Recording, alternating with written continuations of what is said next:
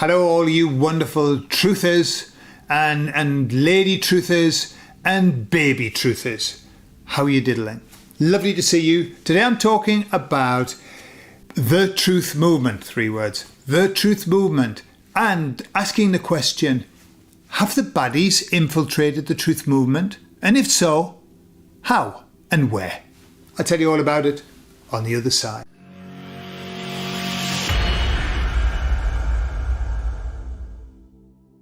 So let's go back a few years, lots of years now. Can you believe 5 years ago since the pandemic? 5 years ago, incredible, isn't it? And it was in the pandemic that the truth movement exploded. And I'm talking about online. The amount of channels that blew up, not literally, like exploded with growth, incredible. Not mine. My channel didn't explode, and the reason is I have no idea. Whether it's been clamped down, I don't know, or maybe just the content's just not juicy enough to make it explode. Who knows? But I watched loads of channels grow so quickly, and it was lovely. I thoroughly enjoyed it because we needed as much help as we could, didn't we? We needed as much information. And can you remember there were like loads of people who were channeling and doing all kinds of divination and all of that, and giving us dates of when stuff was going to happen and this, and don't worry because the white hats are in charge and everything's going to be okay. And it went on and on and on. And then we had channels that were just there to put the fear of God into us and make us scared and everything. But they were also interesting because they give you a bit of tidbits. And then we had the intel channels that would tell us stuff about what was going to happen. I can remember, who was the guy? It was like, there was a guy, Charlie Ward, and then there was this other guy, like English guy, who used to sit in the messiest room ever. And you had a cat that would come in and he would talk. But he would talk about, he knew everything, about everything. I can't remember his name now, but he was like always in this room that, look, I used to think, I want to go in and tidy your room up, mate. Tidy your room up. People will take you more seriously. You know, you can't be the intel expert and have shit everywhere. It's a bit like Jordan Peterson, isn't he, when he wrote the book, about the first thing you should do is tidy your room up, boys. And then he does these videos and he's sitting in this room that's like a shit tip. It's like Steptoe and Sons back room. Anyway, so Nigel? No, I can't remember his name now. Simon, not Simon Cowell. Simon something else. Anyway, we had those, didn't we? We had all kinds of channels, and then spiritual ones and everything. And then all the shine wore off them, didn't they? When all of the promises that they made didn't come true. Or at least at that moment, at least when they were promising them. Yeah. And that's interesting, isn't it? Since I've channeled the emissaries, they will never give me a date, never. And they'll never get into that nitty gritty. And thank God, because I would have looked like a twat. Yeah. Because many people did. Many people looked like a twat, giving information that wasn't true. And, we called it hopium. Can you remember that word? We don't hear it now. Hopium. Giving people hope. And I always thought, absolutely giving people hope. And I'll tell you about why I mentioned that, because the emissaries mentioned it as well. Because they were saying it's one thing to give people hope, and it's quite another thing to give them hope, a false hope, that is patently false, because it comes, like, don't worry about it. This is going to happen by next Wednesday, or June or July or Red October or just all the months. Every month of the year had a name to it. Red October, Mad December, and only because they were saying, well, it's going to happen then. It's going to happen then. It's going to happen then. And then it didn't happen. And we were all deflated and all sad and down. Yeah. So why am I mentioning all of this? Well, the other day I watched a famous card reader Okay? She was being interviewed. And I watched it. I watched like 10 minutes or something. And I thought, holy cow. They're still talking about the same things. The EBS. You know, when is the EBS?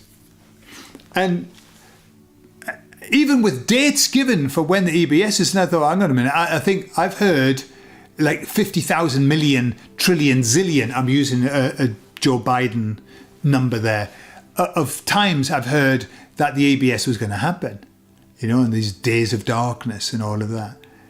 And I thought, are they still talking about that? Are they still talking about that? It isn't that it's not going to happen. I'm not saying that. I don't know. I've got no idea. But my advice would be, don't talk about it anymore. Just because of credibility. Like, really, I don't know whether it's attracting newbies. I don't know whether the newbies are still going, oh, yeah. You know, but I think for the vast majority of us, like, you know, come on. Stop. You know, you're wringing that one out a bit, you know, getting the last drops out of that. I don't know. It seemed like going back into the past. And I don't think for a moment that the person I was watching has anything to do with darkness or anything. I think they've done a sterling job of keeping people upbeat. Tremendous. I think all of them have. I really don't think that many of the people who are in the truth movement, are bad. Really not. Do I think that some people have used it as a way of getting themselves financially secure? Yeah. Is that a bad thing? The jury's out. Depends. Have they helped people along the way? Yes. So, for me, super duper. But I asked the emissaries, I said, look, you know, has the truth movement been infiltrated by the baddies? And they said, oh, of course. Of course it has. Why wouldn't it be? They said, however, those that are kind of being influenced by the baddies are the ones who always work on fear. It's always a fear-based thing. You know, if my suspicions are right, that's the whole point of this. That's the point. Just to make people scared. That's it. No rhyme nor fucking reason. Are you scared? Good.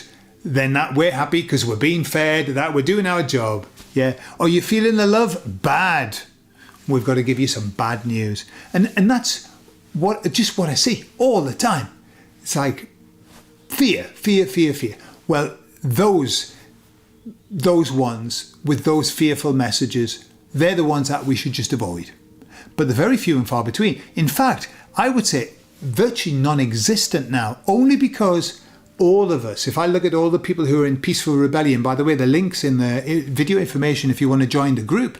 Hey, it's a beautiful group with beautiful people. And all of the people in Peaceful Rebellion, I'm aware, are kind of aware that all of that's just pretty much not what they want. Nobody wants to be going down these horrible rabbit holes of awfulness and being scared shitless. They don't want to.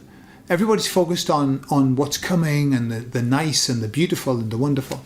And so I don't think that there's a great deal of future for the fear mongers, because I don't think there's not a great market for it. There was when everyone was scared during the pandemic. Of course, there was a big market for it, and boy, did they milk it. But I don't think it's there much. I don't see it. What do you think? Do you think that there are still loads of channels that are being sort of manipulated? I'm not entirely sure. I wouldn't even say they were working for the baddies.